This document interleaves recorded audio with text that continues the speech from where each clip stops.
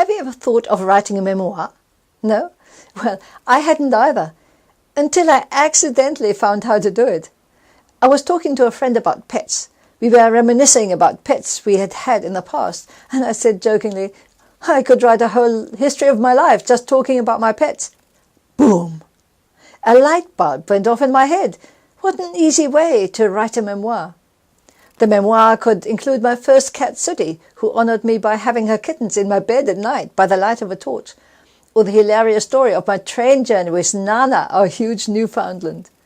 The good thing is that using stories of my pets could be a light way of talking about painful things in my life as well.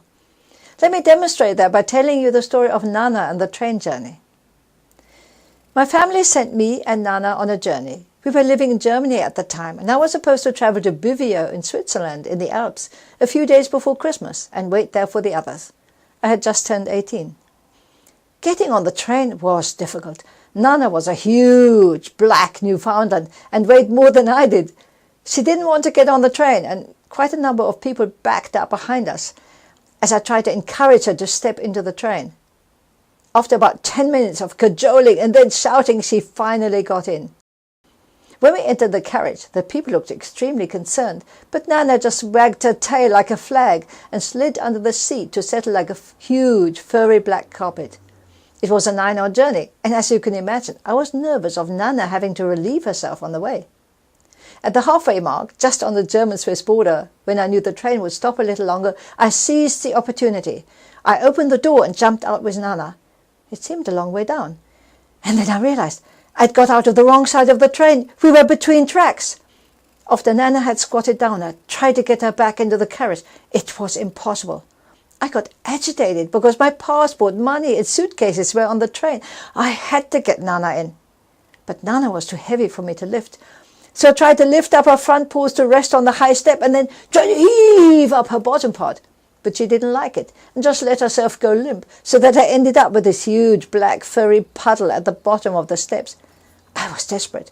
I cried, I ranted, I raved, and I heaved. And at long last, just as I heard the station master's whistle, I managed to get her up the steps and threw myself after her.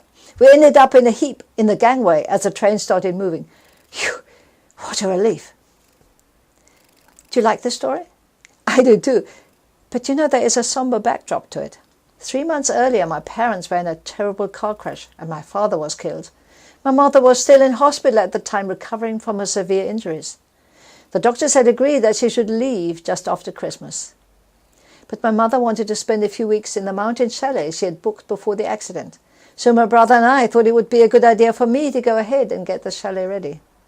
He would then accompany my mother to Bivio a few days after Christmas.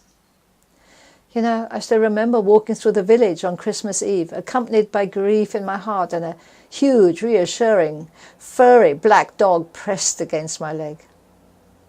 A memoir which has a scaffolding of stories about pets, people, countries or homes can illuminate both the funny and the painful parts of your life.